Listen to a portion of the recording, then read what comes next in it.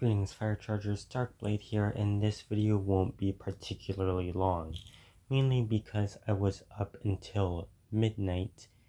Then when I finally got to sleep, I woke back up at 2 a.m. Then I went back to sleep, woke back up at 4 a.m. around, and I've been up ever since. It's currently like 8 p.m. on that same day.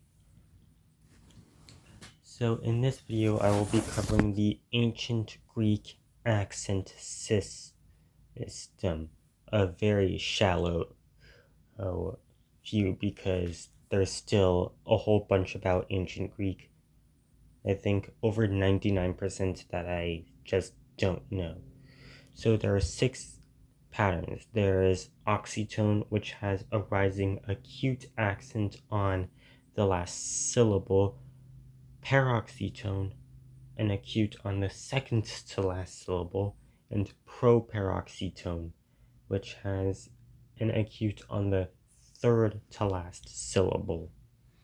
There's also paraspomenon, which has a circumflex accent that rises and falls on the last syllable, and properispomenon, which has a circumflex on the second to last syllable.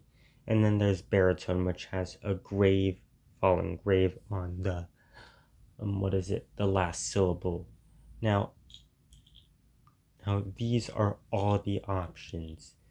And for example, you cannot have any accent on the fourth last syllable, or a grave on the second to last syllable or earlier, or a circumflex on the third to last syllable of a word or earlier.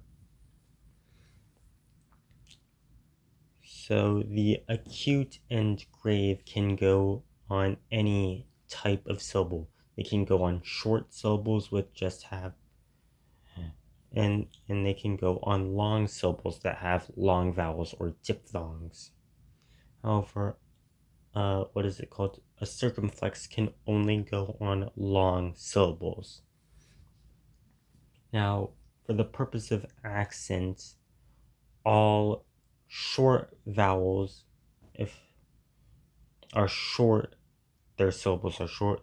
If a syllable has a long vowel, it's long.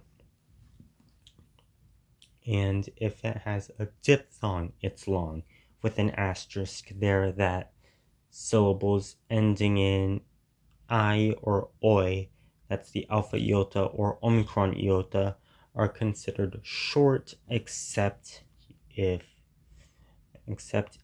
optative verb forms.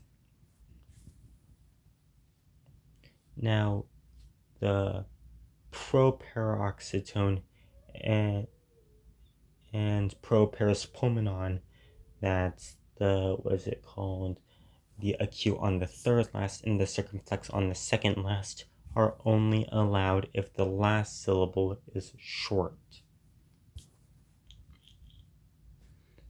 According to and by the way, I'm getting all of this from Complete Ancient Greek by Gavin Betts and Alan Henry, which I think was copyright 1993. And what else does it say? Well, in verb forms, the position of the accent is almost always determined by the length of the last syllable. However, in other variable parts of speech, it is more fixed. If the nominative singular form has an accent in a certain location, then all the other forms will have the accent in the same location, unless an accent rule comes up that doesn't allow for it. And that's all for this video.